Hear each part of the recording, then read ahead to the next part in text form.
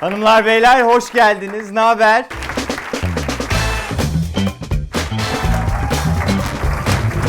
Böyle bir şey olabilir mi? Bu gayet iyi. Tanışacağız. Çok iyi gidiyor. We are the magic girls, so tell them.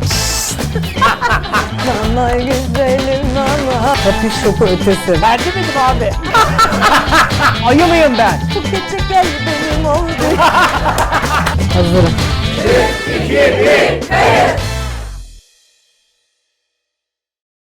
2 haftadır böyle hüzünlü konuşmalara denk geliyoruz. Dün akşam saatlerinde aramızdan biri ayrıldı. Asaletin, zarafetin, görgünün timsali bir kadın ayrıldı. Kadınların her türlü çifte standartla muhatap olduğu şu dünyada bir simge olmayı başarabilmiş bir kadın aramızdan ayrıldı. Ama Zerrin Tekindor'un da dediği gibi o kutup yıldızıdır. Yol gösterir diye tahmin ediyoruz. Hep beraber Yıldız Kenter'i alkışlıyoruz bu akşam.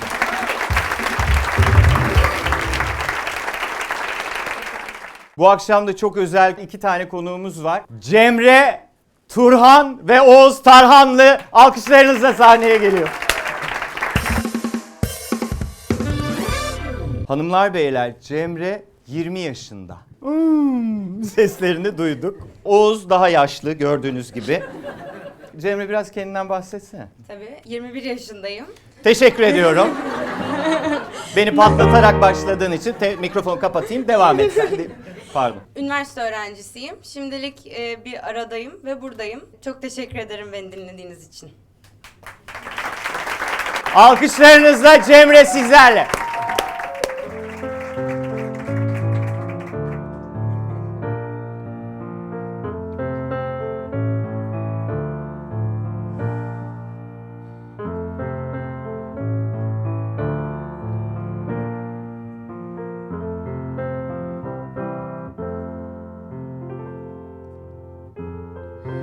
You and me, we made a vow, for better or for worse. I can't believe you let me down, but I know that I still need you here. For months on end, I've had my doubts, denying every tear. Wish this would be over now, but I know that I still need you here. You say I'm crazy, 'cause you don't think I know what you've done. But when you call me baby, I know I'm not the only one. You've been so unavailable. Now sadly I know why.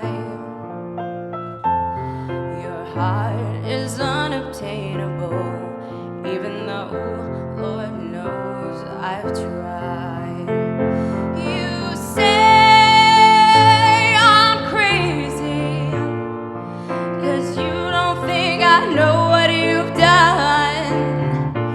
But when you call me baby, I know I'm not the only one. I have loved you for many years.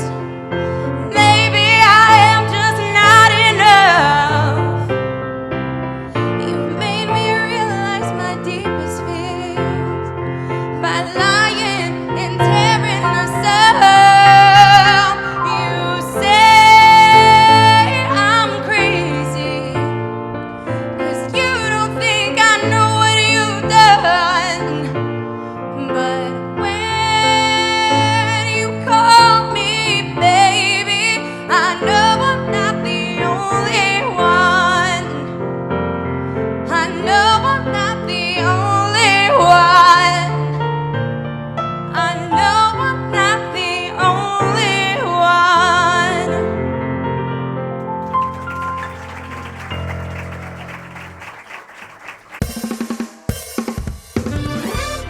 Sevgili izleyenler, Ankara'da bir teknoloji firması açtığı yeni mağazasında ölümcül bir hata yaptı. İçeri giren ilk 500 kişiye bedava telefon, akıllı saat ve kulaklık vereceğiz dedi. Aha şöyle göründü. Resmen aralarında Elvan Abeylegesse'ye tur bindirecek insanlar var. Dedeler bile koşuyor, inanılmaz.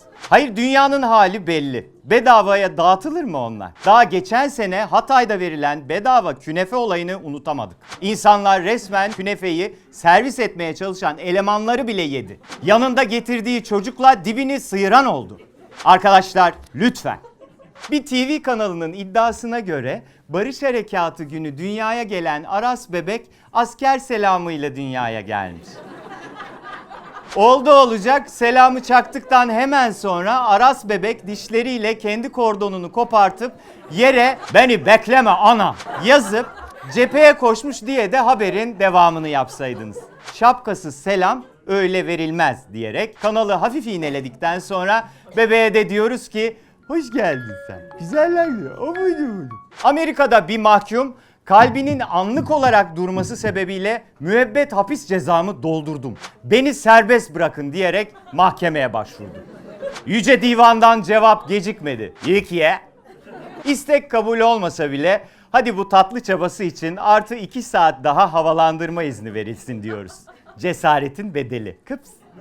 Dondurma ve içecek reklamlarının artık erotik olarak sınıflandırıldığı canım ülkemizde sarılmakta işten kovulma sebebi oldu sevgili izleyenler. İstanbul'da biri kadın diğeri erkek 2 işçi mesai saatinin bitiminde birbirlerini görünce diğer işçilerin yanında sarılmış. Bunu kameradan gören patron da çalışanları uygunsuz davranmaktan kovmuş. Şimdi ekipçe olay böyle değildir. Şimdi işin içinde bazı dirty dancing hareketler, ne bileyim hiç olmadı inşallah ufak kaçamak bir French kiss falan vardır. Anlı şanlı gitmişlerdir oradan diye gereksiz bir aksini ispatlama çabasına girdik.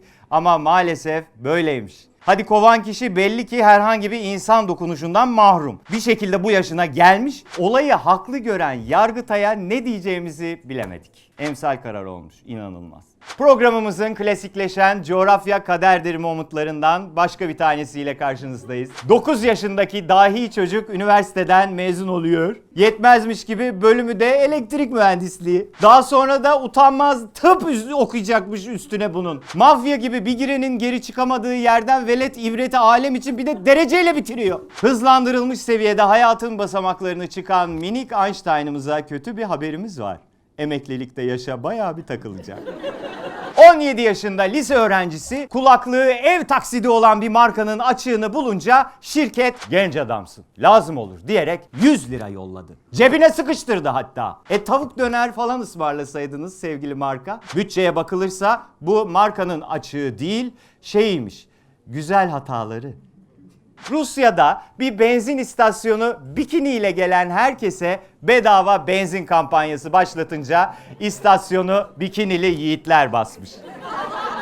Madem yapıyoruz, tam yapalım diyen yiğidolar bir de topuklu ayakkabı giymişler. En kısa zamanda ülkemizde de beklediğimiz bu tip kampanyalar için bikinilerimizi hazır ettiğimizi buradan duyurmak isteriz. Üstelik biber gazlarımız da her ihtimale karşı elimizde. Çünkü bizde bikiniyi giyene bakılmaz. Maazallah bedava benzine gidip evdeki götümüzden olmayalım. Sevgili izleyenler, Ürgüp'te bir kişi mumlarla ambiyans oluşturup evlilik teklifi yapayım derken ünlü ahşap yürüyüş yolunu yaktı ya. Yalvarıyoruz artık durun. Bu genç aşıklardan çektiğimiz nedir?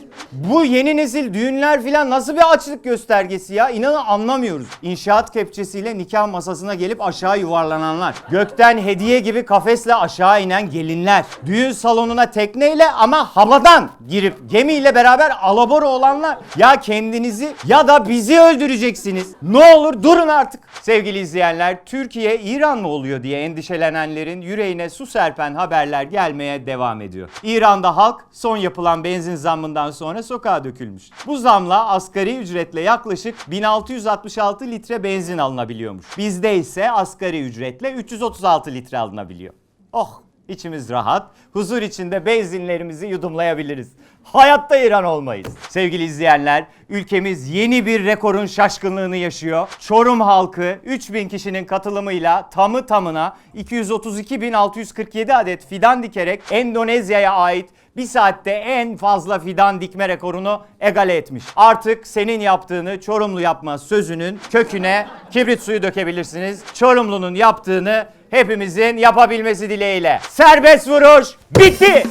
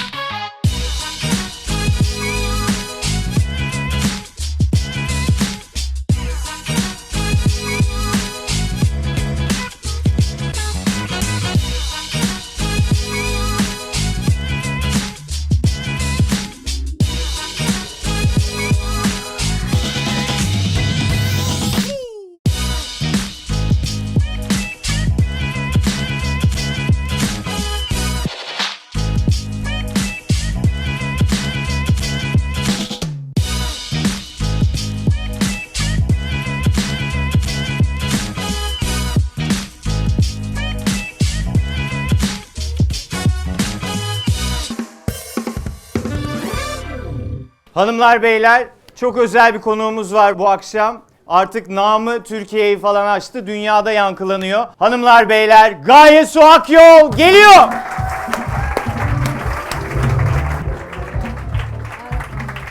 Öncelikle bu zamana kadarki konuklara istinaden bir Kenan İmirzalıoğlu bekleyeniniz varsa şayet kusura bakmayın ben varım. Bir de sanırım bu sürpriz konuk olayı çok tuhaf bir şey değil mi? Yani Evet. birilerine bir şok falan oluyordur diye Var mı düşünüyorum. şok olan? Gerçi şok olduğu için cevap da veremez. Evet ya Evet. diyen bir hanımefendimiz var. Böyle bir şey olabilir mi, bu kız kim diye. Rezalet. Mükemmel. Tanışacağız. Biz de Sizle. anlatacağız size Gaye kim. Delirmişler. Şimdi Gaye'ye ilk önce az önce onu anons ederken de söylediğim gibi bu namının artık Türkiye'yi aşmış olması ile ilgili bir şeyler sormak istiyoruz. Ne Buyurunuz. hissediyorsun? Yani inanılmaz bir mutluluk, gurur, sevgi, konuya dair şaşkınlıklar tabii ki. Şaşırıyor musun gerçekten? Biraz şaşkınlık var elbette. Yani çünkü coğrafya kaderdir fikrinin dışına çıkabildiğimizi hissettiğim her an şaşırıyorum ülkemize dair. Bu sadece benimle alakalı bir şey değil yani. Aynen, sende geçerli değil bak coğrafya kaderdir. Bayağı patlattın yani onu. Var ya, güzel şeyler oluyor aslında ülkede Evet. ve bir sürü çok başarılı insan var aslında. Biz sadece görmemeyi tercih ediyoruz. Hem basın hem de magazinel boyutta bir malzeme vermiyorsa üreten kişi çok umursamamayı tercih eden bir durum var. Ben bunu seviyorum. Çünkü nerelere ulaşmak istediğin sana bağlıysa şayet yaptığın işte bu güzel bir şey, şık bir şey, konforlu. Ama yine de bir şeyler güzel gidiyor aslında ülkede. Her şey çok karışık gibi görünse de bazı şeyler aslında hala yolunda diye düşünüyorum. Ben de öyle düşünüyorum. Buradan yürümeye devam etmek istiyorum çünkü bilinmesi gereken bir ton şey var. Şimdi bunu o kadar güzel yazmış ki Melikşah, bu bayağı bakarak okumam lazım. Gaye Su'nun yaptığı müziği bak nasıl anlatıyor. Efendim, içinde hem buralı etnik kökleri Anadolu rock'la flört eden bir lezzet var, hem de feci şekilde rock and roll bir sound. Bu müziğin üstüne gelen vokal de yer yer TSM, yer yer arabesk kesintili ve bir yandan da son derece kendine özgü. Bence çok havalı bir tarif. Sen nasıl İnanılmaz. tarif ediyorsun? Valla bu tarifin üstüne çıkmak biraz zor. Aslında ben müziği tarif etmemeyi tercih ederim ama şunu söyleyebilirim. Ruhi Su'nun yöreselden ulusala, ulusaldan evrensele şiarı vardır. Vaktinde yaptığı müziği anlatırken. Aslında biraz öyle bir şeyden bahsedebiliriz. Yani buranın, bu coğrafyanın, bu coğrafyada var olmuş kültürlerin varlığını reddetmeyen, dinlediğim bütün müzikleri işin içine, oyunun içine katmaktan da çekinmeyen ama bir taraftan ilkokuldan itibaren rock and roll müziğine gönül vermiş bir birey olarak da onu da oyunun içine dahil eden bir müzik türü. Aslında vaktinde 70'lerde, 60'larda Anadolu pop ya da psychedelic rock olarak zuhur eden, işte Cem Karaca'nın, Selda Bağcan'ın, Barış Manço'nun ve daha işte Erkin Koray'ın elbette ki, hatta bütün ateşi yakan oydu bile diyebiliriz. Başı çeken bu muazzam isimlerin, grupların varlığını da gören, bilen, seven ve etkilenen biri olarak müziğim aslında bütün bunların bir birleşimi ve görüp arttırma teşebbüsü diyebilirim. Vallahi ağzına sağlık. Bence arttırdığın kadar varmış. Sevgili Gaye, direkt soruyorum. Burnun estetik mi? Maalesef değil. Nasıl ya? Yani bu konuyla ilgili çok fazla yorumlar yazılıyor. İddialara girenler varmış, duyuyoruz. Arkadaşlar maalesef burnum estetik değil. Keşke olsaydı da bazılarımız çok mutlu olabilseydi sonuçla. İnanılmaz. Değil. Estetik mevhumu henüz uğramadı. Bir gün belki uğrarım ama şu an yok. Evet. Çocukluk fotoğraflarıma sevgiler diyeyim, ne diyeyim. Gerçekten inanılmaz. Bir Burnu de yani böyle estetik görünsün olsa diye neler mesela bu yapıyorsun? olmaz ya. Yani şöyle göstereyim, bakın. Burası biraz geniş. Normalde estetik olunca böyle herhalde yapmazlar diye düşünmek istiyorum. Aranızda burnu estetik olan var mı? Ha, var. Bakalım. Hanımefendi yanına bakmıyor. Şurası geniş mi diye bakıyorum. Evet, Değil. bakın. Evet. Sizinki de doğal durmuş ama. Yeni mi? Ne kadar oldu? 5 sene mi? 5 sene yeni be. Kaç sene ömrü onu? Sökülüp İnanılmaz. takıldığını sanıyormuş değil mi? Hiç baştan sona yanlışlarla dolu. Berbo bir performansa imza attığınız bir konser oldu mu? Bilin bakalım Berbo kimin kelimesi? Melikşah Bey aramızda. Bu muazzam kelime üretimleri için kendisine Evet, teşekkür sağ ederiz olsun. ve söylüyorum. Tabii ki oldu. Ya Tabii ki oldu. baştan sona ama. Yani kesinlikle baştan sona diyebiliriz. 10 küsür sene önce Kadıköy'de hatta o konseri izlemiş olanlar var aramızda. İnanılmaz sarhoş çıktığımız Ya. ve grupta herkesin başka bir şey çaldığı. Üstelik işin en kötüsü de çok da önemli, güzel insanların olduğu bir topluluğa çalmıştık. Böyle 3. şarkıdan itibaren yaprak dökümü gibi insanlar... Çok öpüyorum. Çok iyi gidiyor. Aynen o mimiklerle yok oldular ve en son 3 kişiye falan çalıyorduk. Ya hatırladığım kadarıyla. Onu da iyi hatırlıyorsun. Evet. Çok da bayılmadığın bir meslektaşını gizli gizli dinlediğin oldu mu? Oluyor mu? Olmuş mudur? Evet. Yani şöyle söyleyeyim, aslında hepimizin zaman zaman yaşadığı bir şey olabilir. Bu ülkede çok zor çünkü aksi. Maalesef müzikleri çok iyi olan fakat içinden küçük bir faşist çıkıveren bazı müzisyenlerimiz var. Politik çöküşleri itibariyle evet şu an gizli gizli dinlediklerim var. Üzülerek buradan itiraf ediyorum. Öyle bir cevap verdin ki kim diye de soramam galiba. Sorma. Ama bence biliyoruz hepimiz. Sevgili Gaye, Maslak'tan geçerken kendini koca bir gökdelenin kenarında kocaman görüp üf taş gibi kadının be dediğin oldu mu? Şöyle dedim, doğru açı.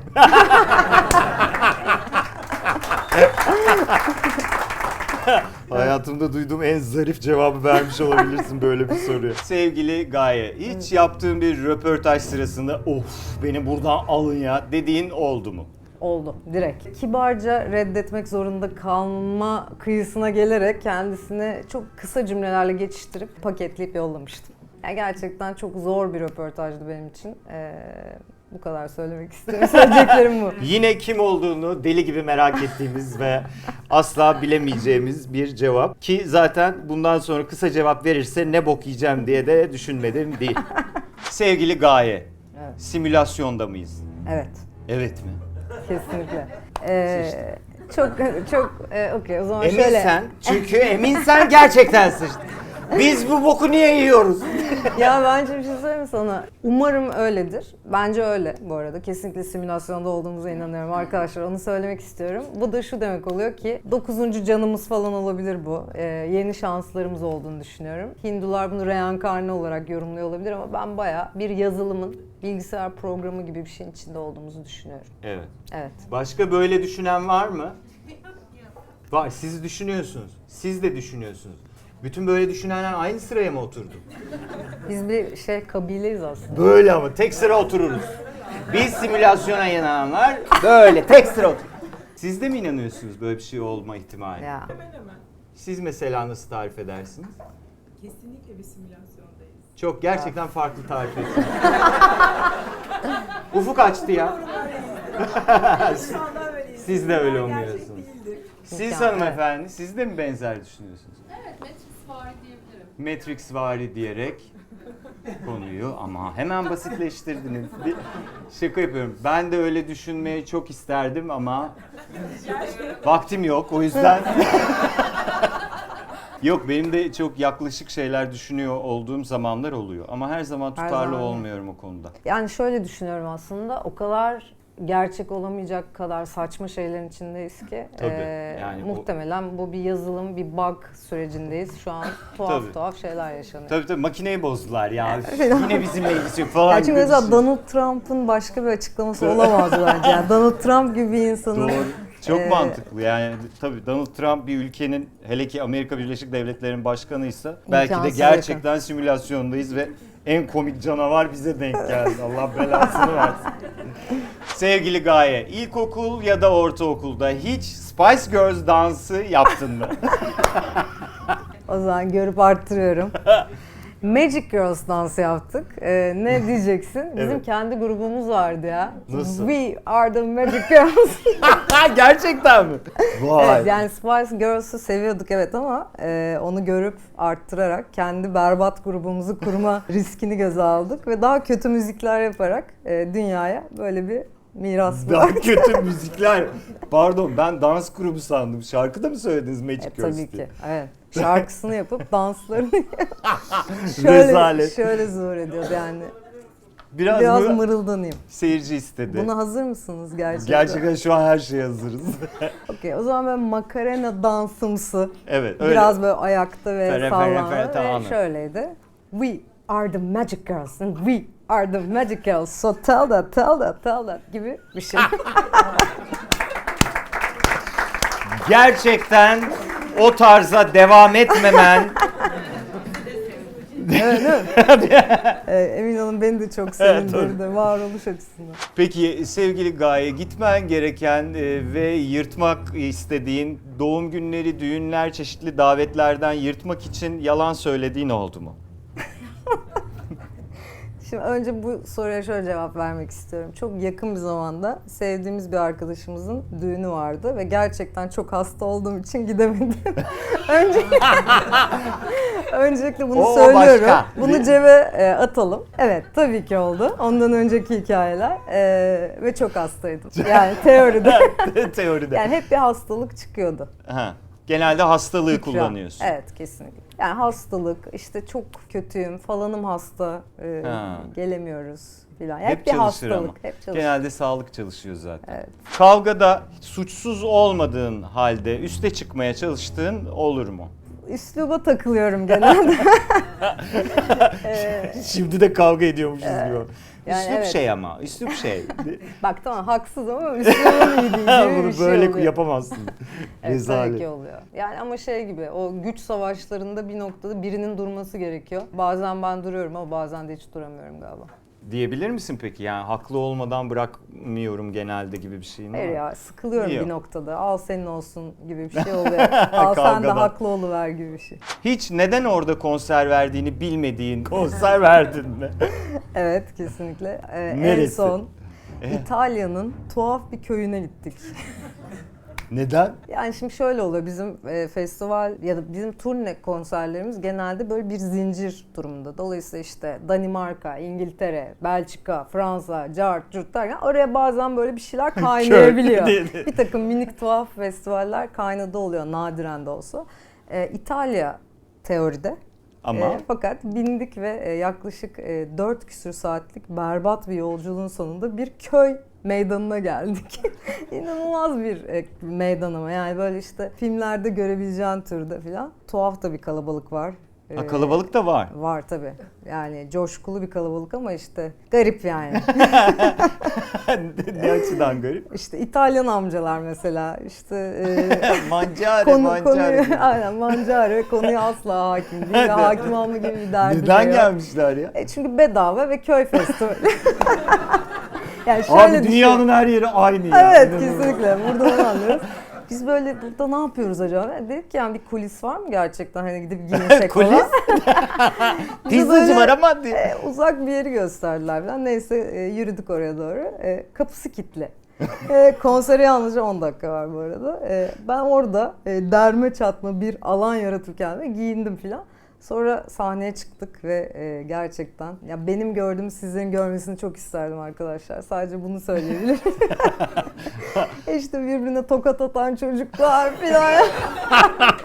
Oradan at arabası geçiyor, orada işte bir takım teyzeler birbiriyle kıkırdıyor, birbirini dürtüyor filan. Ya inanılmaz bir kaos. Ve ben o sırada Türkçe bir tık İstikrarlı hayal hakikattir falan diyorum. Ya böyle cinnet anı gibi bir şeydi. Yani böyle rüyanızda bir şey görürsünüz ve uyanıp Allah'ım rüyaymış filan.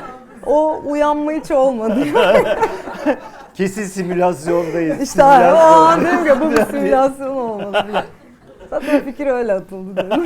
Değil mi? İtalya'da geldi aklıma. Peki bir arkadaşının böyle aşırı yaramaz çocuğunu annesi babası yanında değilken çimdirdiğin oldu mu? İşte gerçek linç aslında bu sorunun cevabından sonra. Ya şöyle, çimdirmek demeyelim ama Rica ettim. delice yüksek frekansta şitlemişliğim var. Yani şöyle şşt. Ya anne baba gitti anda işte deli şımarık susturma amacıyla yüksek frekans şitlemek buna giriyorsa. Peki var mı aranızda bunu yapan, yapmayan var mı? Hiç inandırıcı gelmedi Yok, yani. tabii. Yani çocuklu arkadaşları varsa anne babanın yanında da yapıyor. Yok Anne babalara da yapıyor. Allah Allah galiba. yok şu an çıldırdı bence kendisi. Şöyle şey oluyor. Uçakta mesela yani çocuklu bir aile ve çocuk delice ortalığı yırtıyor ve hiçbir şey söylemiyorlar mesela. Evet. O durumlarda bu gruptan bazı kişilerle aynı anda 1 2 3 yapmışlar var. O olur ya. O yani yapacak bir şey yok. Ya bir dakika siz yapmıyor musunuz bunu? Yani hani hayatta yapmıyorsunuz. Mesela çocuk deliriyor, Bu onu hanımefendi yırtıyor, bayağı büyük onu yalancı ha. Evet. Bak geldiğim andan beri her Onun çocuğuna biz yapacağız ama. ben yapmam hayatta dedi. İsminiz neydi? Onu bir not Evet, alalım. bunu bir not alalım. Neymiş? Çisem. Kesin o da yalan. Çisem Hanım. Takip edeceğim. Sosyal medyamı kapattım ama. Ben zaten polise vereceğim hanımefendi. Sosyal medyayla bizim işimiz olmaz. Çocukluğunda ya da ilk gençliğinde ortamdaki sana ait bir kötü kokuyu başkasının üzerine attığın oldu mu? Daha da kibar sorulmaz bir soru. Of. Of mu? Hep yapıyorum. Dedi. Okey, o zaman şunu söyleyeyim. Benden 6 yaş büyük bir abim var. Ve biz bir dönem bu oyunu oynuyorduk. Yani Bu oyunu biraz açar mısın? Hangi oyunu? işte mesela anne baba ya da birileri daha var yanımızda. Ve muhtelif durumlar oluyor. Evet. Hemen üstüne atma oyunu ve kime ikna olacağı oyunu. Yani Ha, öyle. anladım. İnanılmaz. Bizimle paylaştığın için çok teşekkür ederiz. Bundan sonra dikkatli Evet, olalım. yani. Bu ama geçti değil mi? Artık oynamıyorsunuz. Yani Hanımlar beyler bir dürüst konuğumuz daha oldu. Alkışlıyoruz kendisini. Geçtiğimiz aylarda Iggy Pop seni radyo yayınında senden bahsetti. Sonra Şahmeran'ı çaldı. Sonraki hafta bir daha başka bir şarkını çaldı falan. Bu kadar büyük bir rock ikonu tarafından bahsedilmek sana ne hissettirdi? Bu arada bundan haberiniz var mı? Iggy Pop'u tanıyan var mı? Ha. Iggy Pop aylar önce gerçekten radyo yayınında çıktı ve Gaye Su Akyol'dan bahsetti. Bayağı bu Türk kızı neler yapıyor falan filan gibi cümlelerle, yanlış hatırlamıyorsam bayağı överek ve Şahmeran'ı çaldı. Ondan sonra hatta bir sonraki hafta bir başka şarkını daha çaldı. Laziko'yu çaldı sonra. Ya Bu sana ne hissettirdi? Yani bana çünkü acayip hissettirdi. Ben hatırlıyorum biz Gaye'yi tanıyan hepimiz Iggy Pop falan yaptı diye bulabildiğimiz her yerde paylaştık yani. Yani Iggy Pop punk'ın babası olarak geçiyor öncelikle ve benim de hayatımda beni en çok etkileyen işte Fi tarihinde Rock'n Coke'a gelmişti. Bilmiyorum orada olanlarınız var mı? Hatta Mazhar Alanson'la tatlı bir sürtüşmeleri vardı. Onu hatırlayanlar Var mı? Anlatsana. Hatırlamayan çok. Bunu niye benden hatırlayacaklar acaba? Ne Bu bileyim da çok Mazhar abi saçma. gelince de sorarız böyle miydi ya diye. Tamam, o zaman benim bildiğim kadarını anlatıyorum. Evet. Bize o gün kulislerde, yani o kuliste olup da lafı getiren bir takım eşimiz, dostumuz. Hatta ertesi gün galiba Hürriyet Kelebek'te mi ne çıkmıştı bu hikaye? Iggy Pop Rock'n'Coke'tayken kulisinde herif dinleniyor. Az sonra çalacak filan. MFÖ çalıyor, iniyor ve kulisler yan yana. Mazhar Alanson yanında bir peruk getirmiş. Iggy Pop'un saçına benzeyen. Iggy Pop'u tanımayanlar şuradaki resimden bakabilirler nasıl bir saçı olduğunu. Bayağı düz sarı bir perukla herifin kulisine dalıyor. Ve yani o Güzel şaka ama. yani bir de Iggy Pop'a sormak lazım. Herifi durdurmaya çalışıyorlar. Dur ne yapıyorsun? Ama cart giriyor, işte üstüne atlıyor. Bu da böyle bu herifi alın falan diye koyuyor. Yani herif bayağı trollüyor yani. Iggy Pop kılığına girdiğini sanıyor herhalde belli bir düzlemde.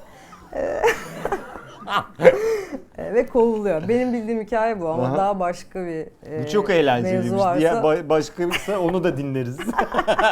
Bence. Evet. Velhasıl ben o gün oradaydım, en öndeydim. Bayağı büyük Iggy Pop fanıyım falan.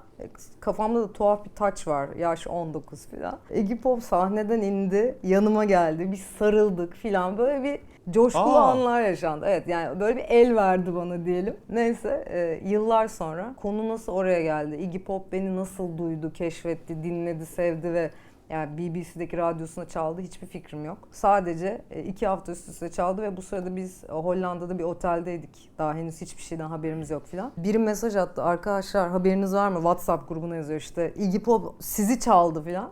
Ne filan derken herifin ses kaydını yolladı. Ben böyle bayağı dizlerin bağı çözüldü. Böyle inanılmaz mutluluk, coşku patlamaları falan. Çok önemli bir karakter benim hayatımda ve bayağı işte o The Idiot albümü, işte Stooges'ın 1969'da çıkardığı aynı isimli albüm falan benim hayatımı değiştirmiştir yani net olarak söyleyebilirim. Dolayısıyla gerçekten kelimelerle tarif edemeyeceğim bir duygu seli.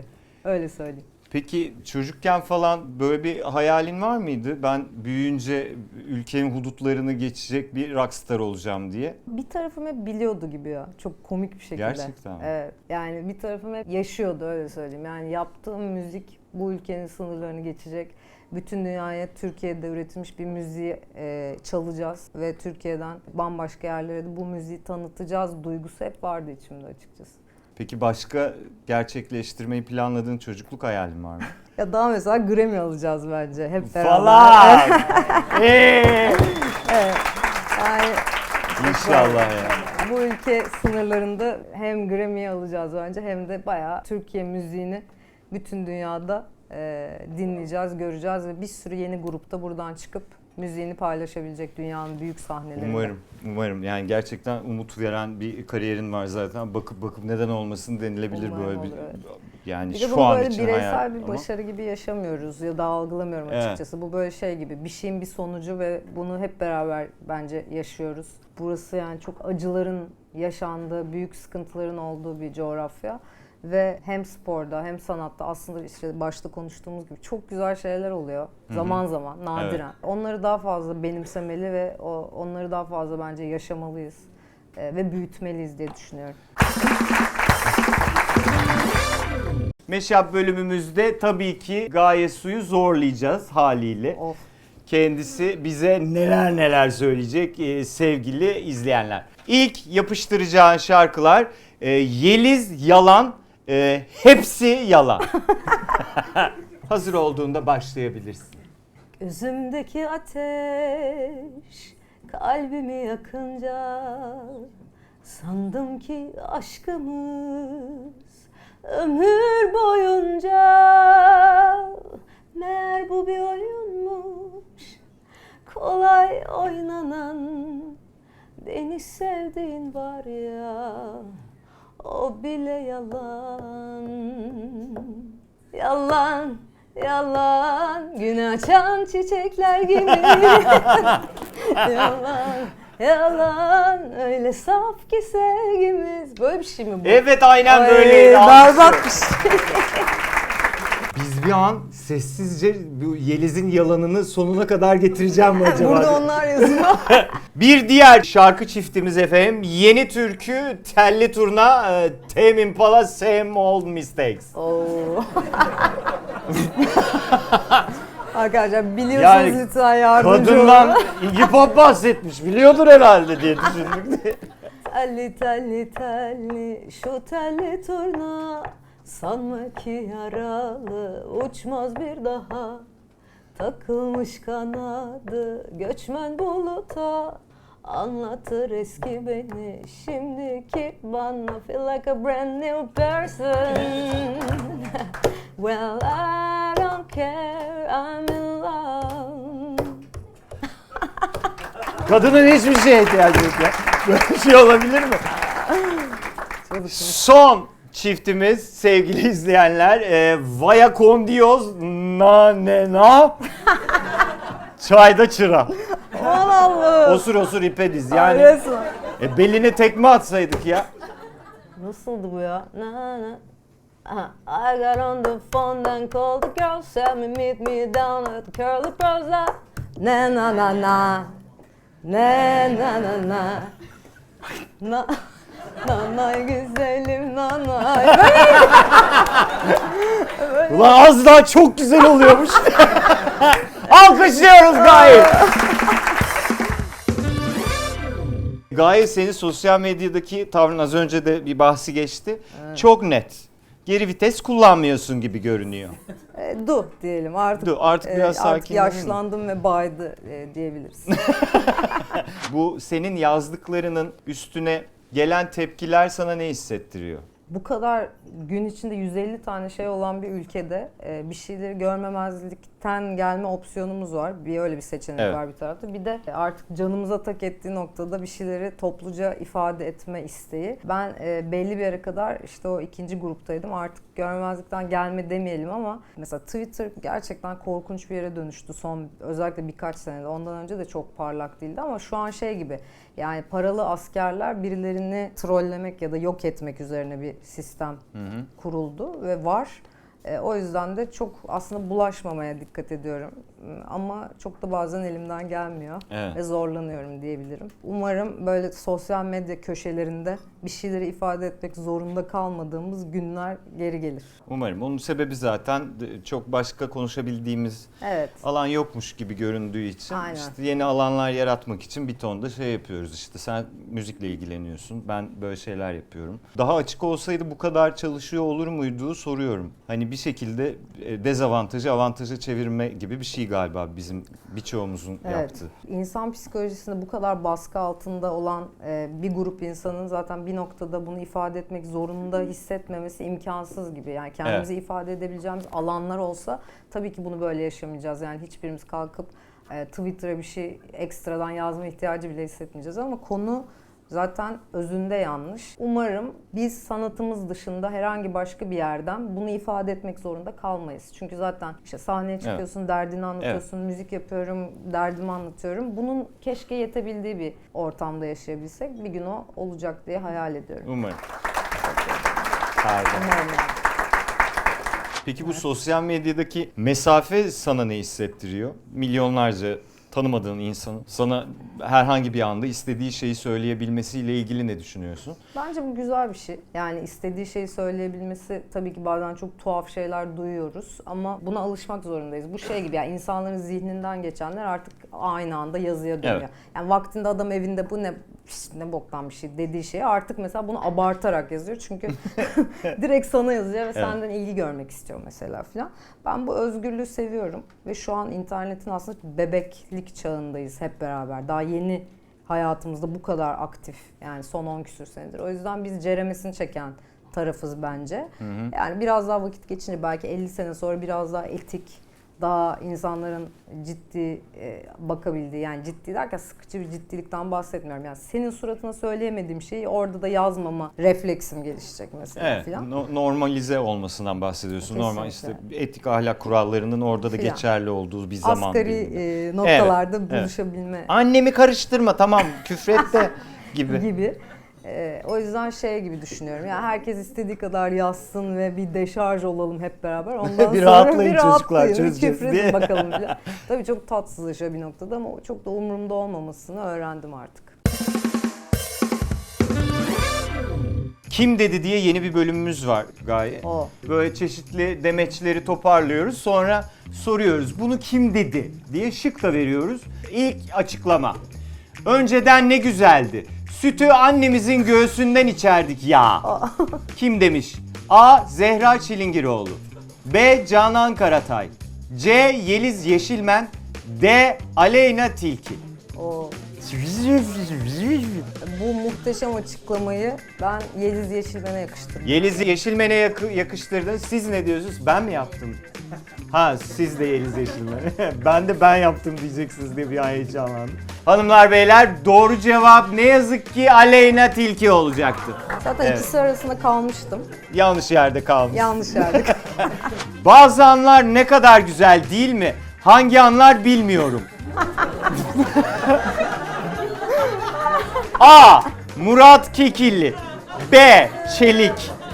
C. Yıldız Tilbe. D. Nihat Doğan. İzleyenlerimizin cevabı Yıldız Tilbe. Ben de İzleyenlerimizin değil, 2 tane çok bağıran var. Onların cevabı Yıldız Tilbe, biri oradaymış. bir şey söyleyeceğim. Kim hazırladıysa öncelikle tebrik ediyorum. Şıklardaki denge müthiş. Yani gerçekten ya o kadar doğru potansiyeller Evet. ki şu an mesela hepsine çok yakışıyor bu cümle. En çok kime yakışıyor dersen Evet. kesinlikle C ve D arasında kaldım. Evet. Yıldız Tilbe ve Nihat, Nihat Doğan, Doğan. arasında. Evet. Nihat Doğan'ın herhangi bir şeyle ilgili bahsetmek istemediğim için de sanırım C şıkkı Yıldız Tilbe. Yıldız Tilbe doğru cevap. Halı saha için maç saatini bekliyorduk. Bizden sonra oynayanlar oluyordu. Maçı da uzatamıyorduk. Ben de halı saha aldım. Bunu biliyorum.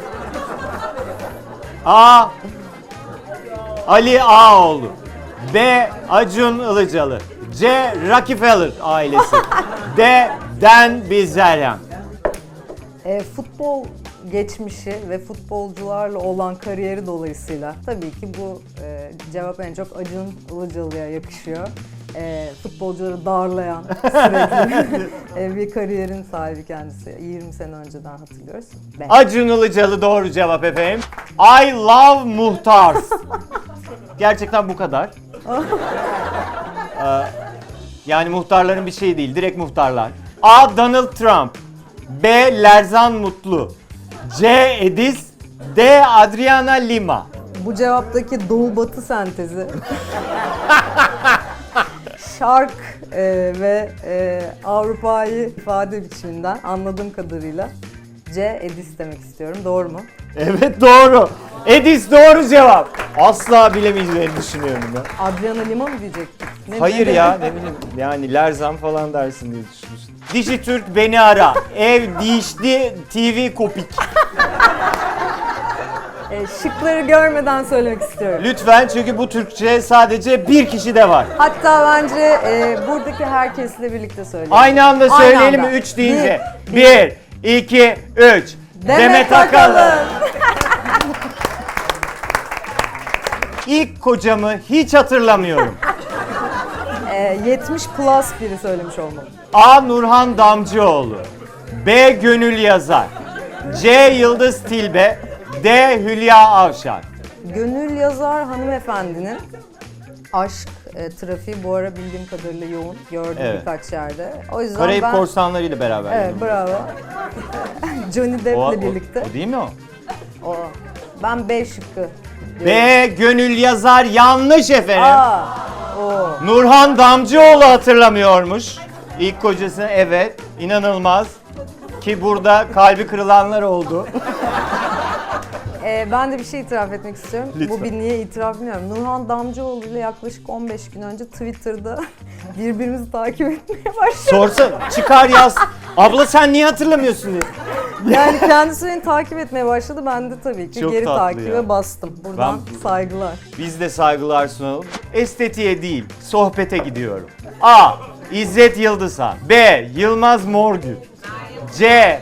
Meryem Uzay. D. Burcu Esmersoy. Meryem diyenler çok. Yılmaz Morgül diyen var.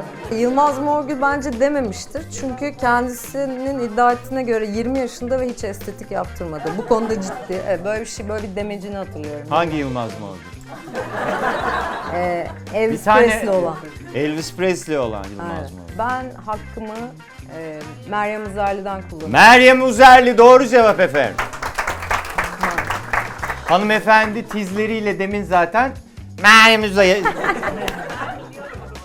Evet. Kafa sesiyle. Barış, hanımefendinin biraz basını aç. Hep tiz kalmış bak burada. Galiba kim dedinin sonuna geldik. Alkışlıyoruz Gaye'yi. Gaye'nin efendim babası Muzaffer Akyol ülkemizin en önemli ressamlarından biri. Aynı zamanda bir ressamın evladı olarak da aslında sanat sepetle ilgili bir dünyaya zuhur etmişsin diyebiliriz. Ve beraber serginiz falan var Evet. babanla. Senin resim eğilimin de var. Peki bu resim yapma fikri hiç böyle bir arada kaçış olarak geliyor mu hiç sana? Öyle düşündüğün oluyor mu? Yani şimdi mesela şöyle diyebilirim onunla ilgili. Herhangi bir iddia içinde barındırmadığı için kendi adıma ve resim aslında sektörel olarak da piyasa olarak da özellikle Türkiye'de ama dünyada da çok yangın yeri bilenler vardır belki. Çok manipülatif olmaya açık bir sektör. Yani işte çok büyük paralar dönüyor ve büyük bir borsası var. O yüzden çok farklı eller giriyor işin içine. Ben hiç oralara dahil hissetmediğim için kendimi ve hiç öyle bir savaşın içine girmek istemediğim için. O benim biraz daha kendi kendime takıldığım, keyfime baktığım, herhangi bir talep olduğunda yürüdüğüm bir yer. Yani ben onu evde gidiyorum, kendim yapıyorum, işte illüstrasyonlar yapıyorum bazen birlikte işte bir sürü işler yapıyoruz arkadaşlarımla. Ama dediğim gibi yani sektörel olarak çok uzak durdum ve bayılmadığım bir yer.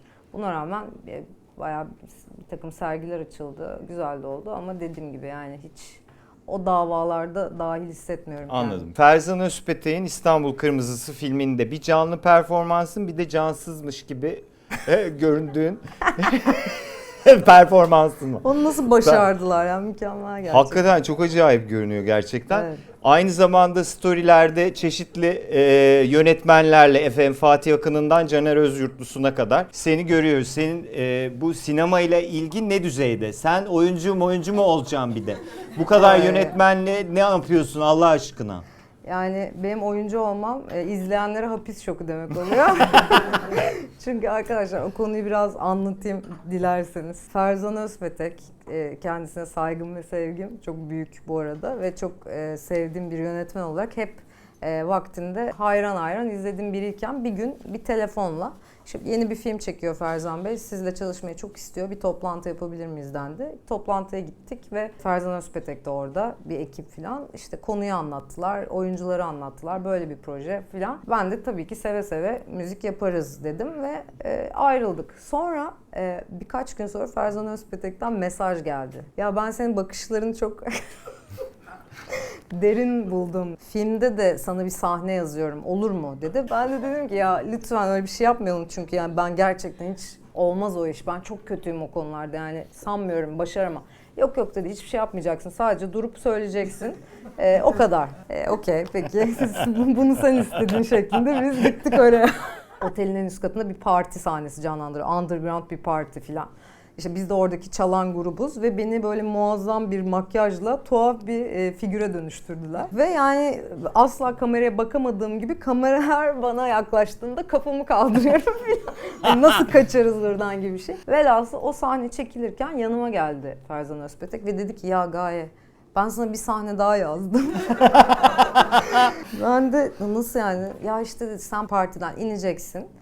İşte partiyi veren yaşlı bir beyefendi. Onun koluna gireceksin ve Halit Ergenç'le bir sahnen olacak senin dedi. Nasıl yani? İşte sen Halit Ergenç'e bakacaksın sadece. Asla bir diyalog falan yok dedi. Ben ki ben gerçekten bunu yapamam. Yani bakamam ben de yani. Çünkü öyle bir yeteneğim yok ve sıçar gerçekten. Yok dedi, hiçbir şey yok. Ben çözeceğim falan. Okey falan. Çaldık, indik. Beyefendinin koluna giriyorum. Bu böyle 17 kere falan çekildi tabii ki ama benimle alakalı değil asla. Kola girebilmişsindir bence. Kola girdim. O konuda çok hakimdi.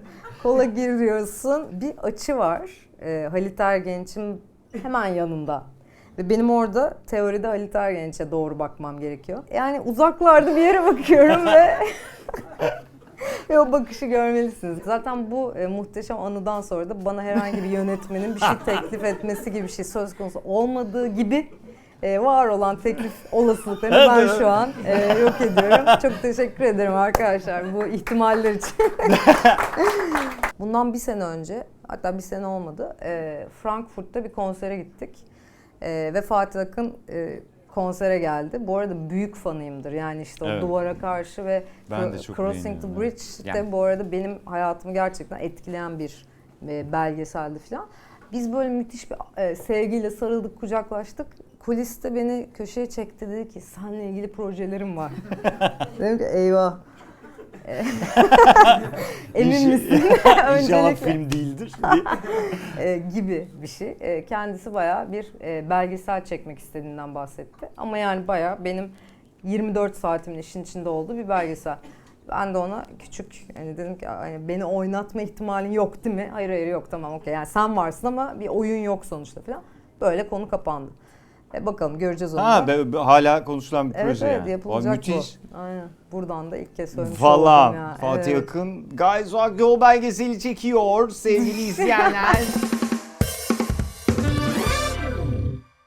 Sana resimler göstereceğiz ve sen o resimlerden birini seçiyor olacaksın. Evet. Seçme nedenin de şu. Sen biriyle düet yapacaksın.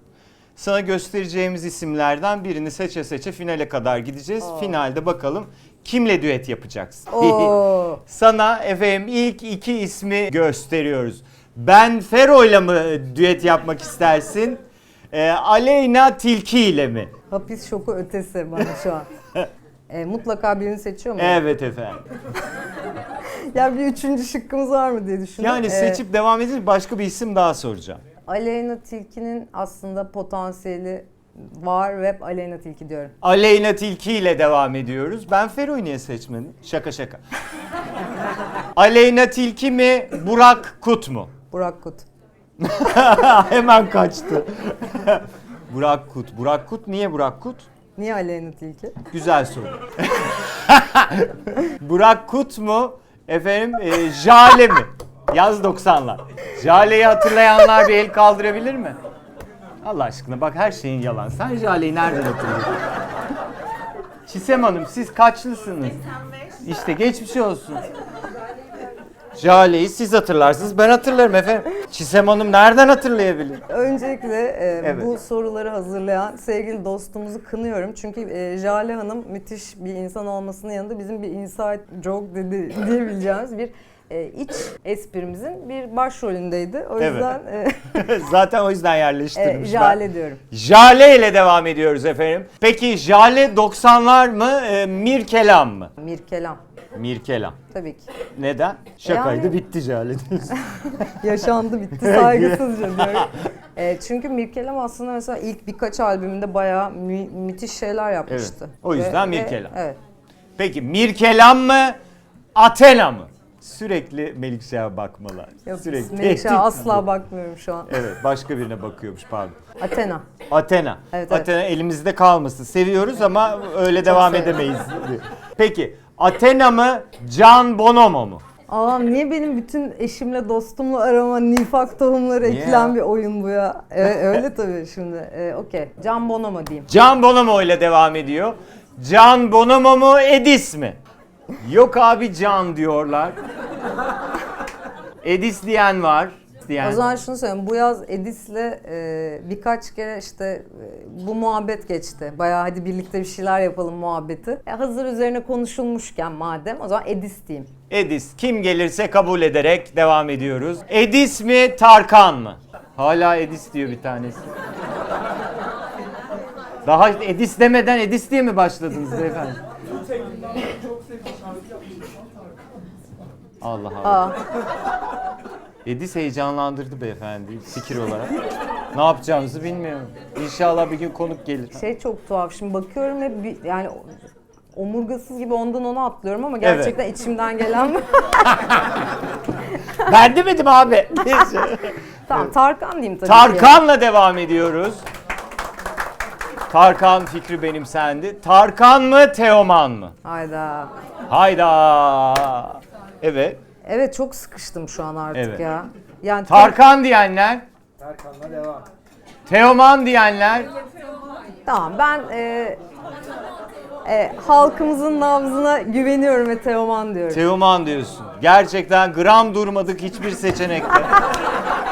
Ben böyle bir tutarsızlık görmedim. Teoman'la devam ediyoruz. İnanılmaz.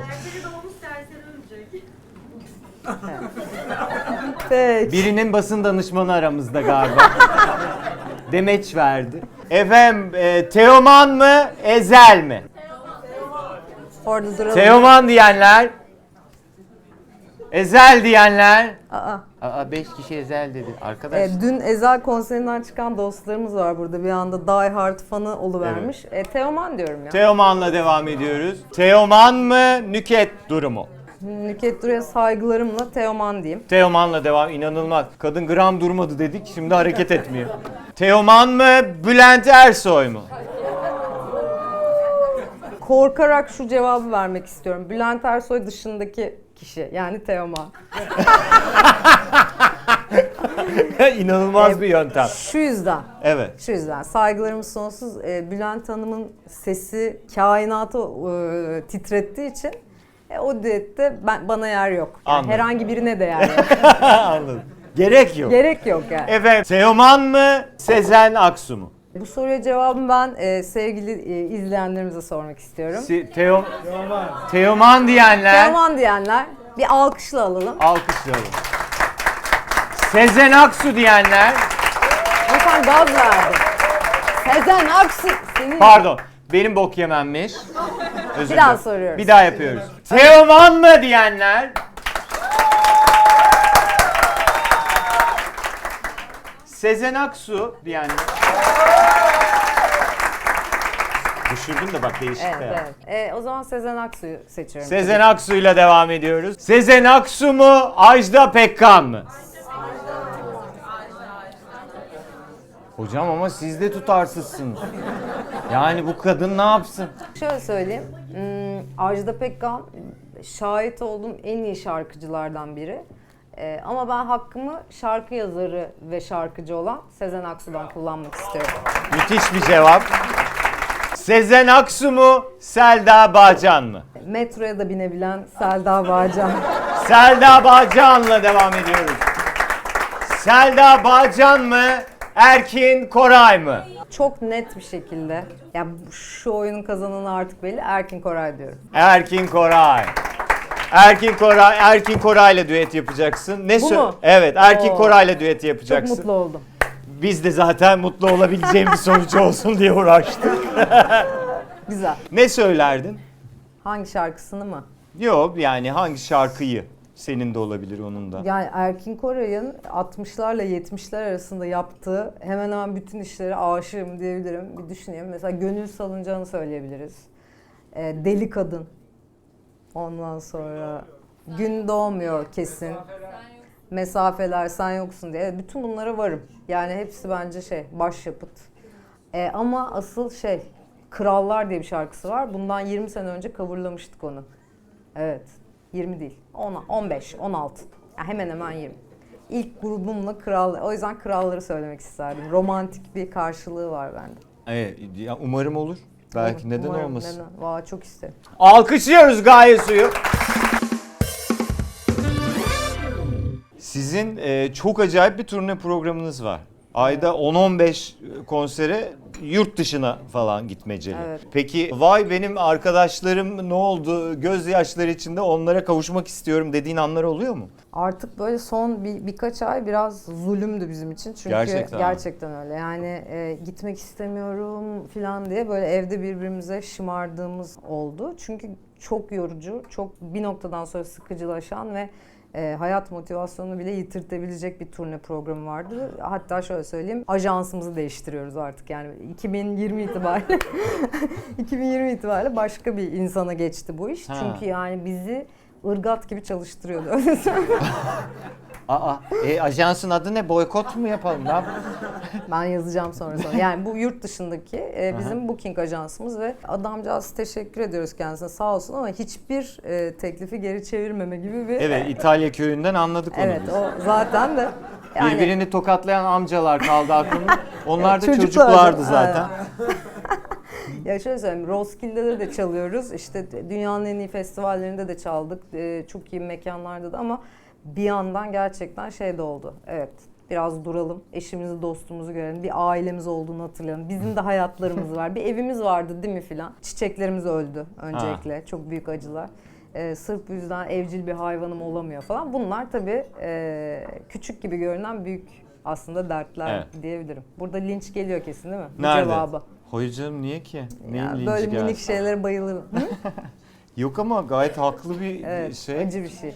Peki bugünkü müzik piyasasını nasıl buluyorsun? Çok Özellikle- özellikle bir soru bu. Ne anlamda soruyorsun? Yani işte online dinleyebilme, stream edebilme fikri sana ne hissettiriyor? Bununla ilgili bir fikrin var mı ya da? Aslında diye o konuyla merak ilgili ediyorum. şöyle bir mutluluğum var. Eskiden mesela 80'lerde şöyle şeyler vardı ya, yani insanlar albüm yapabilmek için gidip un kapanında delice kendini kanıtlamaya çalışıyordu ya da bir takım farklı yöntemlerle kendini göstermek için o yollardan geçmek zorunda hissediyordu. Şu an herkesin evinde bilgisayarlarla müziğini yapabilme konforu bence müthiş bir şey. Dolayısıyla çok farklı müzikler dinleyebiliyoruz ve müzik tek bir sektörün elinden çıkalı çok oldu. Bu kadar fazla müzik üretilmesinin bir nedeni de bu. Bu hem bir çöplüğe neden oluyor aslında, yani çok tuhaf, dinlenemeyecek, garip, tırnak içinde söylüyorum, yani tüketimi zor müzikler de üretiliyor ki bazılarını çok seviyorum ama bir kısmı da çok hızlı tüketilip bir daha hiç dönüp bakmıyorsun bile yüzüne falan. O yüzden şöyle düşünüyorum, yani biraz daha ne istediğimizi bilerek müzik tüketicisi olarak dinlemek gerekiyor ve medium dediğimiz hikayeler değişti, işte artık dijital olarak dinliyoruz falan. Ben şeyi çok seviyorum.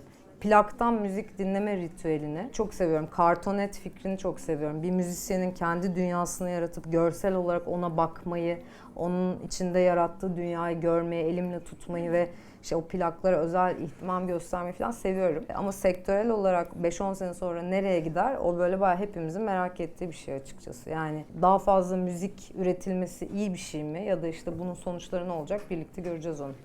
Peki Türkiye'deki rap müziğini nasıl buluyorsun? Var mı sevdiğin rap söyleyen Yani Ezel arkadaşlar? güzel bir yeri açtı ve bir sürü insan da aslında onun arkasından ilerledi. Ondan önce de çok fazla isim vardı. Aslında sadece bu kadar popüler olamamışlardı. Bir sürü isim var aslında çok sevdiğim ama bunun bir sırf moda olduğu için şu an delice üretilmesi ve birçok şarkının birebir aynısının Amerika'daki bir şarkının imitasyonu olması fikri beni biraz üzüyor. Yani mesela işte turnelerde şey falan oluyor. Yolda yürüyoruz, bir şey çalıyor. Böyle bu falan değil mi ya? Ya birebir aynısı çünkü işte filanca hip hopçının şarkısı değil mi bu filan? Sadece sözleri başka ama işte o hece ölçüsü. Hatta Hiç anlamadık neden bahsettiğini. Yok ama şu an hepsi onu yapıyor. Evet. Aslında birini işaret etmemiş. Üzücü olan zaten tam olarak bu. Yani Amerika'da da, İngiltere'de de, Avrupa'nın birçok yerinde de böyle bir akım var şu an. Hece ölçüsüne kadar, işte ritimlerine kadar, kullanılan efektlere kadar, işte o şey, autotune falan. Yani Evet. mesela birebir aynısının olması çok üzücü. Bu kartta bir isim yazıyor. Tamam. Bunu böyle kafana tutuyorsun. Okey, anladım. Anladım, bildin Tabii, ne oldu. hep oynadığımız şey. Evet, bir saniye. Sonra sen sorular soracaksın. Biz de, seyirci de cevap verecek. Ben de cevap verebileceğim. Sana buldurmaya çalışacağız. Müthiş. Başlıyorum. Buyurun. Ben Sor. kadın mıyım, erkek miyim? Erkek efendim. Türkiye'de mi yaşıyorum? Evet. Müzik yapıyor muyum? Evet. Seviyor musunuz bu müziği? Bırakın Allah aşkına. Neyi sevmiyorsun? Ezbere biliyorsunuz ismini. Beni var mı? Bu nasıl bir detay? Ben bilmiyorum, var mı? İzzet Altınmeşe Ha. şeyine, yoluna giriyordum değil mi? Anladım. Değil. Peki. Kaç hakkı olacak bu hanımefendinin? Evet, bir kaç tanesi gitti. hakkım var? 3 olsun ya. Biri gitti, kaldı 2. Aa, Böyle şu an koydum kuralı. yaşadığı ya da birlikte olduğu kadınlarla ilgili durumlar yani magazinde var mı böyle bir data? Yok. Bir şarkısını mırıldanabilecek Evet, olan kimse var çok mı? az bilinse de olur. Bir şarkısını söyler Çok misiniz? çok kısa. Kimse şarkısını bilmiyor arkadaşlar. Ya mümkün değil bu. Var olmayan biri olabilir mi? Bir masal kahramanı. Adı Yamanlı. Sen söyle bir şarkısını. Ya ben de onun şarkısını bilmiyorum ki. İhtimal dahilinde olan. O can söndü nasıl falan. Azer Bülbül mü? 2 de gitti. Var mı başka ipucu verebileceğiniz? Vay be. Müthiş bir ipucu oldu. Değil mi? Evet, ben bu konuda Patlıyor galiba. patlıyorum. Bakabiliyor muyum artık? Baksın mı artık bilemeyecek? Buyurun. Adı Yamanlı işte abi. Kendisiyle ilgili mesela şu olsa bu oyunda sorularımı sordum, bir tane ipucu bir şey söylemek. Mesela kendisi Türk filmlerinde bağlamasıyla çıkıp maniler okurdu. Mesela bunu biri söylese direkt bulurdum. Evet, onu ben bilsem söylerdim sana. Ben de bilmiyordum ki annem onu. Ben de. Ters mi? Ben acaba gerizekalı mıyım? Geçen hafta da ters tuttum hep. Evet, sor. Soruyorum. Kadın mıyım ben? Hayır. Müzisyen miyim? Cinsiyetsizsin. Cinsiyetsizim. Ha, çizgi film karakteri mi? Evet. Çizgi film karakteriyim. Hayvan mıyım? Evet. Kuyruğum var mı? Minicik. Minicik. Fare gibi bir şey miyim ben? Tavşan gibi bir şey miyim? Top gibi kimin kuyruğu var? Çizgi film öyle düşün. Büyük düşün. Evet, çok Abi iyi bir bugün ipucu. 5. kez duyuyorum bunu. İnanılmaz bir şey. Büyük düşünüyorum. Düşün. Kuyruğu küçük, götü büyük bir şey. Evet. Domuz muyum? Hayır. Domuzun götünden de mi büyüğüm? Evet. Domuzun da götü. Arkadaşlar. Ha? Domuzun arkadaşıyım. Ayı mıyım ben? Evet. Ayı, büyük bir ayıyım. Bu Winnie the Pooh. Bravo. Mükemmel. Buyurun sizde sıra. Evet. Ay yine mi ya? Sen bunu tövbe bilemezsin. Bir şey söyleyeceğim. Kim olduğunu normalde biliyor olabilir mi? Biliyordur. Biliyordur. Biliyor muyum? Biliyor dedi, yakın arkadaş grubu öyle dedi. Story'deki yeşilli olan herkes şu an biliyor dedi. Evet. Kadın mıyım? Kadınsın. Yaşıyor muyum? Tabii. Cayır cayır. Bir ben Hayatı sen yaşıyorum. yaşıyorsun öyle değil mi? 20-30 yaş arası mı? Evet. Bir şey üreten mi yoksa var? Sıfır. Çöp yani değil mi? Ah. Ne? Ama şey... Peki yani sanatın içinde gibi mi görünüyor? Hayır. Hayır. Televizyon dünyasında şu an o kadar sesi çıkmıyor ama bir ara büyük zırıl zırıl duyuyorduk yani adını. Bir de az önce Çisem Hanım'a dedik ya tizlerle ilgili. Aha. Bu full tiz. Bas show. bas hiçbir şey yok.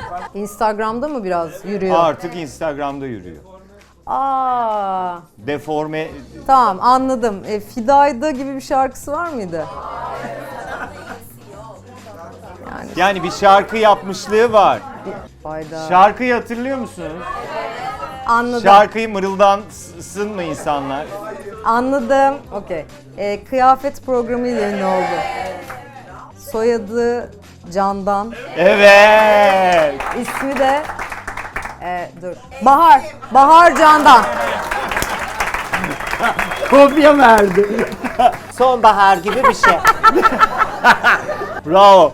Bakalım benimki neymiş? Ben Yine kesin ters. yine terstim. Oo. Oo, oba mı? Cinsiyetsiz. Hayır canım. Bayağı cinsiyetli. Alakası yok. Hayır, cinsiyetle ilgili bir durum yok. Var var. Var. Trolledi seni. Kadın. Evet. Efli kadın. Kim dedi onu? Ve benim adını şu an hatırlamamışım. Aybala falan diyeceğim. Rezil. Esmeray mı? Değil. Oy. Esmeray değil. Aymera, Gürveren. Ağzımızda var olan bir organımız. Ağzımızda var olan bir organımız. Organımızla başlıyor. Dilberay. Organ değil de uzuv daha doğrusu. Ağzımızda var olan bir organımızla başlıyor dedim. Berbat bir kopya. Buyurun. Teşekkürler efendim. Geliyor. Sevilen biri. Herkes şu hareketi yapıyor. Neden? Yani. Zeytin Reis dedi ve buldum şu an. Kim? Buket çekelli benim oldu. Bravo. Hızlı Ya, hızlı çok- paketlemeye ama çok- başladı. Çok aşırı büyük bir ipucu. Oo, Ters mi? doğru. Bu sefer düz. Oo, kadın. Evet, sor bakalım. Erkek. Erkek. Bilmiyor. Aa, Hanımefendi. bilmemezden geliyoruz değil mi? Bilmemezden geliyoruz. Erkek. Erkek. Sanat sepetle ilgili mi? Tekstilci mi? Evet. Siyaset ipucu geldi. Siyaset. Çocuklar. Biri başımıza- ajan dedi. Başımızı Kesin başımıza yakacaklar. iş aldık. Siyasetçi, Türk, yabancı. yabancı. Allah'tan Amerikalı yani. mı? Çünkü bir o eksikti gerçekten. Ha bir bu eksik. Trump mı? Ya. Gibi bir şey. Vay, Kardeşi. Putin. Aynen. Rezalet. Aynen. Yani Anam niye sana bitmiyor. böyle aşırı işte siyaset falan bana bunlar Beni niye tanıdılar abi. Ne bileyim ben. Ters. Aa.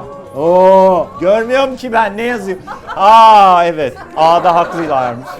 Yine böyle bir hareket geldi. Hiç sevilmiyor. Benim Senin kocanın söylüyorum. evi- Senin kocanın evi yok.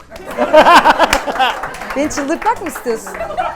Ama adını hatırlamıyorum. Valla ben de ağzımızda bir organı var falan da diyemeyeceğim. Hadi söyle. Bir ipucu ver. Yok zaten kim olduğunu hatırladım ama ismi gelmiyor aklıma. Sarı uzun saçları vardı. Topuğuna kadar. Evet. Hatta kendisi ortaokuldaki arkadaşım babasıyla evlenmişti bir noktada. Yani biz tanıdığına ikna olduk ama Bir ipucu verin soyadını. Yok anladım kim olduğunu. Kim Adı olduğunu geldi. biliyor. Okey açıyorum. Müge Anlı aynen. Tamam canım bildin zaten olsa. Ters. Oo. Ki acı var. Ama şey ya. Edis. Bu ipuçlar aşırı direkt. Direkt ne mesela? Demin ben bir ipucu Tamam, okey, verildiyse hadi sorsan. anlamadım. Erkek, evet. Erkek. Erkek. O bir ihtiyaç mıydı, kopya mıydı anlamadım onu. Şarkıcı mı? Anchorman. Arkadaşlar bana burada Ali Kırca şakası yaptırmayın. Oo. Sakın. Ali Kırca gibi. Eskilerden. Anchorman. Eskilerden. En ünlüsü En ünlüsü. ve en acısı. En acısı. Muhtarsın. Evet. Ha Reha Muhtar. Allah Aynen. seni kahretsin. Valla ince gördü hakikaten. Son ikiye Düz mü? ters. Ay, Hop. görmedim. Görmedim. Ben de görmediğini gördüm. Aa. Kadın mı? Vay, evet. Müthiş kopya verdi. İyi bir tip galiba değil mi? Yani evet. Arabesk. Evet. Bergen mi? Evet. Ters mi? Hayır. Oo, evet yani artık biraz da sana. Erkek. Erkek. Biraz da bana. Şarkı mı söylüyor? Evet. Kendisi ilginç bir şekilde bu arada multi enstrümanist bir insan. Bir videosunu izlemiştim ve inanamamıştım. Aa Eline bildim aldığı ben. her şeyi çalıyor. Almancı mı? Evet. İsmail YK. Bravo. Çok tuhaf değil mi abi o? Aşırı. Evet Ben gerçekten. şok olmuştum bunu görünce. Ya. Evet. Bayağı her şey müthiş çalıyor. Kim kazandı? Ben mi? Gaye Su. Gaye kesin zaten montajda ona kazandırtırız. Alkışlıyoruz da. Her müzisyene sorulması gerekiyormuş gibi davranılan bir soru soracağız ama Haydi karşılığı sor. artık yok. Peki bir teklif gelse Eurovision'a katılmaya ne der? Ve Eurovision'u seviyor muydunuz? Gerçekten mi? Sevenler bir alkışlayabilir mi Eurovision'u? Aa, Abi ben de seviyordum ya. Katılır mıydın Yani ve koşulların ne olurdu? iyi ki var bir yerlerde de var olmaya devam ediyor ama benlik pek değil ya. Katılmazdım. Değil, Evet. katılmazdım. Yani çünkü orada bir sürü farklı ülkeden hiç aynı şartlarda olmayan müzikler yarışıyor. Evet doğru. Ve o oylama sistemi de çok politik bir şey tabii ki. Turkey, point diye sıfırları çektiğimiz dünyalar falan. Ve Türkiye'nin işte bu açılım dönemi falan işte yani bir 10 küsur sene önce Sertab Erener'in kazanması tabii ki müthişti. Ama biraz kayırılıyor bazı şeyler. Yani bazı Anladım. ülkeler falan. Peki bu katılmama kararı sana doğru geliyor mu? Evet evet. Valla. Ya seninki ne? değil, Türkiye'nin katılmaması. Hayır tabii Ha, ki canım. onu Ben sor- benle alakalı bir Yok sorun yok. sana. Hayır, Bayağı hayır. biz ülke olarak Hayır, katılmaya tabii ki devam neden edelim mi? katılmadığımızı anlayamıyorum ben. Böyle oradaki verilen büyük paralardan bahsediliyor ama şu an o paralar zaten tuhaf yerlere gidiyor halihazırda. Bir de hani Anadolu'da pek çok yerde tek sosyalleşme ya da eğlence aracı birçok insanın hala televizyon. O yüzden o çok iyi bir eğlenceydi Evet. bir sürü insan için. Başka kültürlerden müzikler duymak falan iyi bir fikirdi. O yüzden hiç iyi gelmiyor bana onun yasaklanması ya da kaldırılması. Yani katılmıyoruz. Yasak falan değil de Yani bir yasak gibi bir çekildik şey. işte. Evet. Yayını oluyor mu? Olmuyor da. Olmuyor değil mi? Ya işte.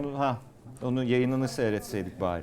Peki YouTube'la alakan ne durumda? İlgileniyor musun diyeceğim. Bu arada şey devam ediyor değil mi? Motto Müzik'le yaptığınız Ediyor. Hatta yeni 90'lar yalan. Yalan yalan. Yalan yalan.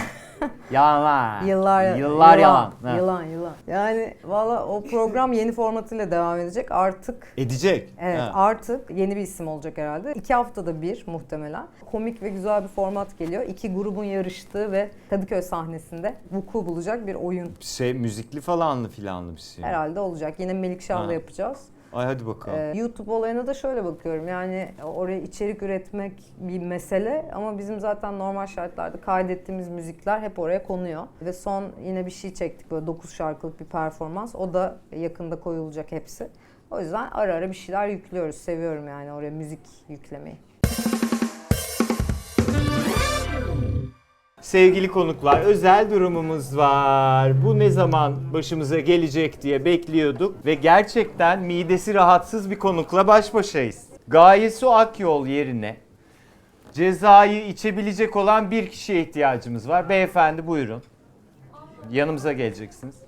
Ya şimdi onu dedin geçtin sanki yalan söylemişsin. Hayır canım, ciddi bir mide sorunu var kızın. Aa. Mide zarımda incelme var. Bana içki bile yasak aslında. Arada kaçak yapıyoruz ama. Buyurun. Şöyle aramıza alacağım. Efendim, Müdahale etmem amacım. şimdi bir tane de benim için lazım. Siz buyurun hanımefendi. İlk o kaldırdı. Aa ne? Bozulmuştu. Hanımefendi de geldi. İsminiz neydi? Vehbi. Niye öyle söyledin? Vehbi. Burada söylemem doğru mu bilmiyorum. Ama Vehbi. Bilmiyorum şu an aslında görev Siz- dışında sizi- burada olmamam gerek. Gerçekten yüzünüzü blurlarız. İsmini vermek istemeyen izleyiciler. Sizi Gaye Hanım'ın yanına alacağım. Sizi de benim yanıma alacağım hanımefendi. Siz kimsiniz? Ben de Lal. Lal. Evet. Siz necisiniz? Stil danışmanıyım. Stil danışmanı mısınız? Vay be. Nerede stil danışmanısınız? Bireysel şu an. Biri- Öğrenciyim aslında. Öğrencisiniz. Arada gelip danışıyorlar. Evet. Arada danışıyorlar.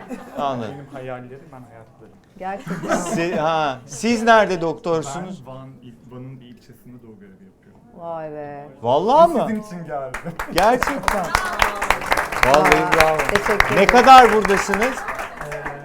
Yarın dönüyorum. Yarın dönüyorsunuz. Tüh. Siz ne kadar buradasınız? Ben hep buradayım. Dedim ya hayallerim o benim. Ben hayatlarım. Peki efendim. O zaman hımlamak için elleri görelim. Merhabalar. Merhaba. Hoş geldiniz. Hoş Kimsiniz bulduk. siz? Ben Sibel Yağmur. Beykent Üniversitesi Radyo Televizyon mezunuyum. Mezunusunuz. Evet. Çalışıyor musunuz? Hayır. Aa ne güzel. Bence de çok güzel. Yeni mi mezunsunuz? 3 ay kadar. 3 önce, ay evet. mı? 3 ay önce evet. 3 ay önce. Yaz okulu mu? Evet. Ne o zaman bize yapıştırın bakalım, ne hımlayacaksınız? Benim gönlüm sarhoştur, yıldızların altın. Öyle. Değil mi? Seni yolarım bak. Evet diyeceksin. Evet. Pardon. Benden kazlar, al Topuklu topuklu. beyaz. Ben nasıl senden erken bilebildim ya? Ben Ne bu konuda içsin? iyi değilim. Ben bazen içerek sizi kurtarmak istiyorum. Çok teşekkür ederim ama Lali kurtardım bugün. Alkışlıyoruz Vehbi'yi. Kendi isteğiyle balzamik içti. Ben severim de bu arada. Niye Balzamiği sevmediğinizi mi? anlamadım. Nasıl? Balzamik şat mı seviyorsunuz? Van'da ne yaşıyorsun sen? Van'da ya olmayan her şey sevilir mi Vehbi'cim? Aa. Gidince öyle. Merhaba. Aa. Başlıyor muyum? Yo. Siz ne yapıyorsunuz? Ben yüksek lisans spor Şu an. ve iş arıyorum. Aynı İş zamanda. arıyorsunuz. Aynen. Güvenlik olarak mı? Yok, Çünkü onu da açayım omuzlarınız aslında, pek bu ayıp kadro olmuyor için şu an. çok uygun. Vallahi hiç sorgulamaz. Biri sektörle Sektör pek fark etmiyor şu an. Anladım. Yani iktisadi anlamda, idari anlamda hepsini yapabilirim. Anladım. İş arıyorsunuz. Evet, yüksek. iş arıyorum hani Anladım. varsa bir pozisyon. Varsa isminiz neydi? Kadir Can Sivaslı. Kadir Can Sivaslı iş arıyor. Bir tane de radyo televizyon mezunu iş arayanımız var. Tür fark etmiyor. İstediğimiz şekilde. Müzik türü mü? Evet. Yani Mesela aklında ne var? Yani- Psikodelik biraz zor olur. zor, yok Hımlaması zor bir ama şey sen- değil. Kendimden bir şeyler katmak istedim sadece. Lütfen Söylüyorum. tabii. Rica ederim.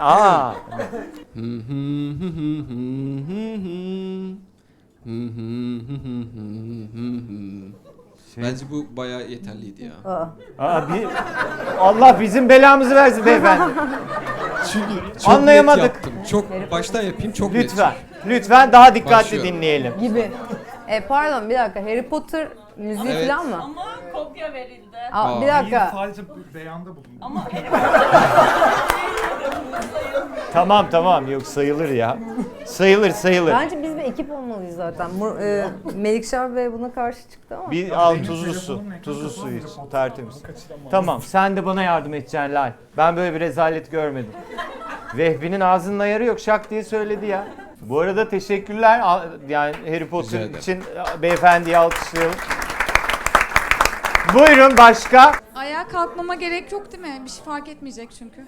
Siz nasıl istersiniz? Evet. Siz kimsiniz? Neslihan benim adım, öğretmenim. Ne öğretmenisiniz? Teknoloji ve tasarım. Nerede? Avcılar'da. Avcı bütün semtte Evet. gezici mi öğretmensiniz? Avcılar Atatürk Ortaokulu. Avcılar Atatürk Ortaokulu. Bütün Ha, öğretmen arkadaşlarıma ortaokulda selamlar. öyle. Aa ne güzel. Evet. Vallahi kolay gelsin. Buyurun dinliyoruz Teşekkürler. sizi.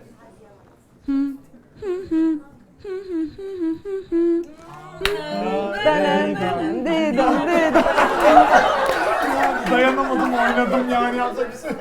Ama Lal geçen ya hafta- yalnız kadın da orada hım hım hım yapıyor. Sen de Didem. burada hım hım hım yapıyorsun. Bizlerle yarışalım bari. Yani adam orada göbek atarak Didem yapıyor. Lal böyle konuşmadık. Çalışıyorum, bu şarkıya nasıl cevap vermem? Beni orada öldürürler. Evet. Sirke dur limon suyu iç. Sirkeyle şeyi belki ona yapıştırırız. Geçmiş olsun. Yenge yok Biraz şey büyümesen öyle düşünme. Evet tuzlu su. Nereden geldik ay? Çok yoran. Tuzu enseme kusmaz inşallah. Oo. Buyurun Ali Bey. Merhabalar. Ayağa kalkar mısınız Ali Bey? Bir şey fark edecek ama kalk. Fark ettim. Kalkamıyorum. Düşüyor. Ayakta durabilir misiniz Ali Bey? Kesinlikle durabilirim. Peki. Bir an şaka gibi başladı, ben niye buradayım bilmiyorum. Okey. Benim şarkım şöyle. Evet.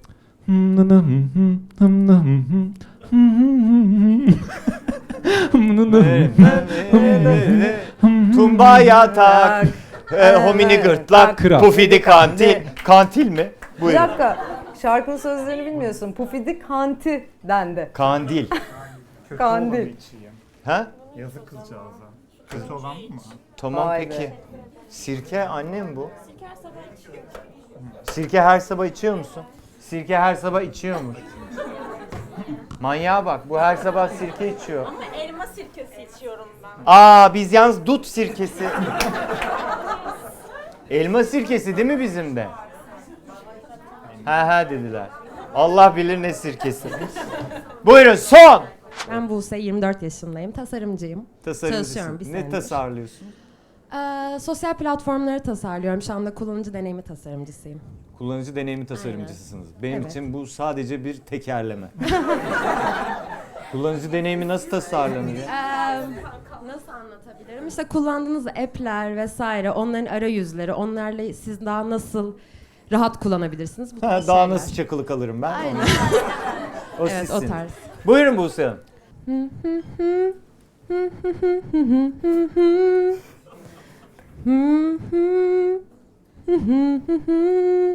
Şey ya. Sivas'ta. Evet. Alkışlayalım Gaye Hanım'ı. Sirke bize kaçtı sevgili izleyenler. Hanımlar beyler Gaye Su Akyol'u alkışlıyoruz. Vehbi Bey ve Lal Hanım'ı da alkışlıyoruz. İletişimlerini alalım, bizden 2'şer kişilik tiyatro bileti kazandılar. Oley. Bravo. Alkışlarla Yerinizi alın. Hastaneye yazı alabilir miyim izni? Hastaneye yazı. Ben veririm de hastane kabul eder mi? Başhekim asla. Ben burayı kesin.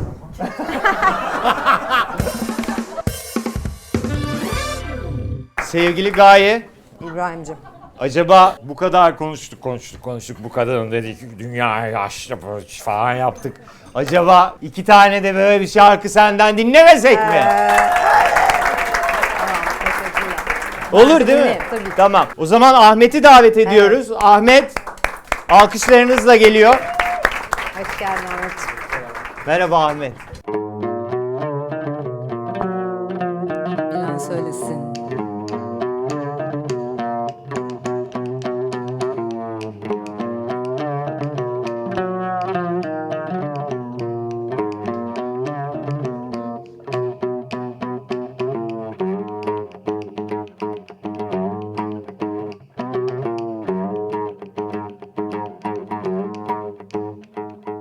Of, bu ne biçim hayat, bu nasıl bir kafa, yatırır adamı hop falakaya. Dere gibi akar, dertte yüzeriz, uçuyoruz evet, çünkü güzel istikrarlı hayal hakikattir. Ölüm var mı yoksa bir rüya mı? Derdim derdine ortak olsun, aşk şarabın düşle dolu.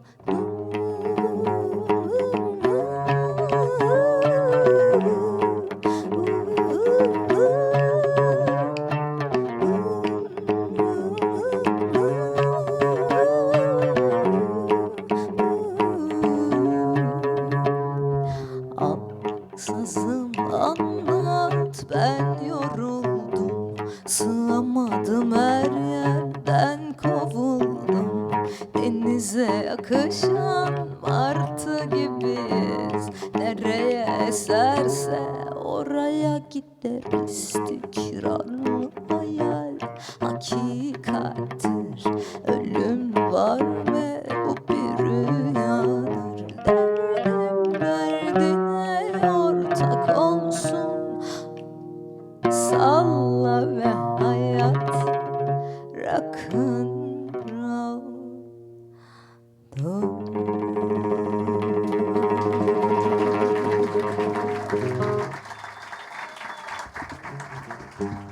Çok teşekkürler. Şimdi rakı açtıracak bir şarkı normalde. Rakı bulaşımı var mı şu an? Yok değil mi?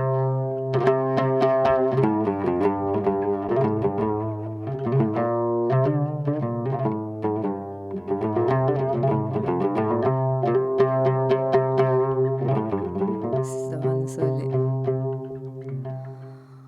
Akşam oldu, hüzünlendim ben yine.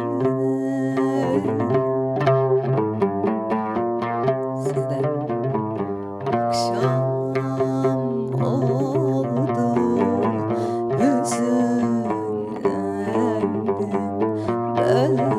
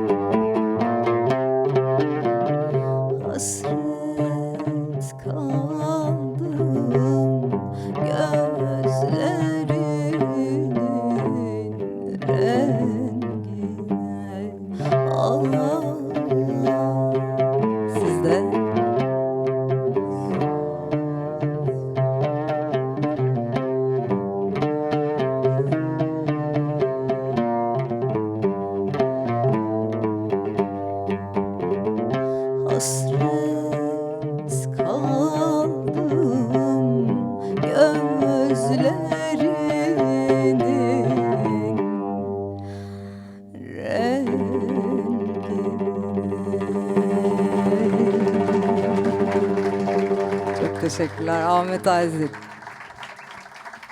Bence çok güzel bir akşam oldu. Ayaklarınıza sağlık. Biz haftaya yine pazartesi Tuşe'de, çarşamba YouTube'da olacağız. Görüşmek üzere, hoşça kalın.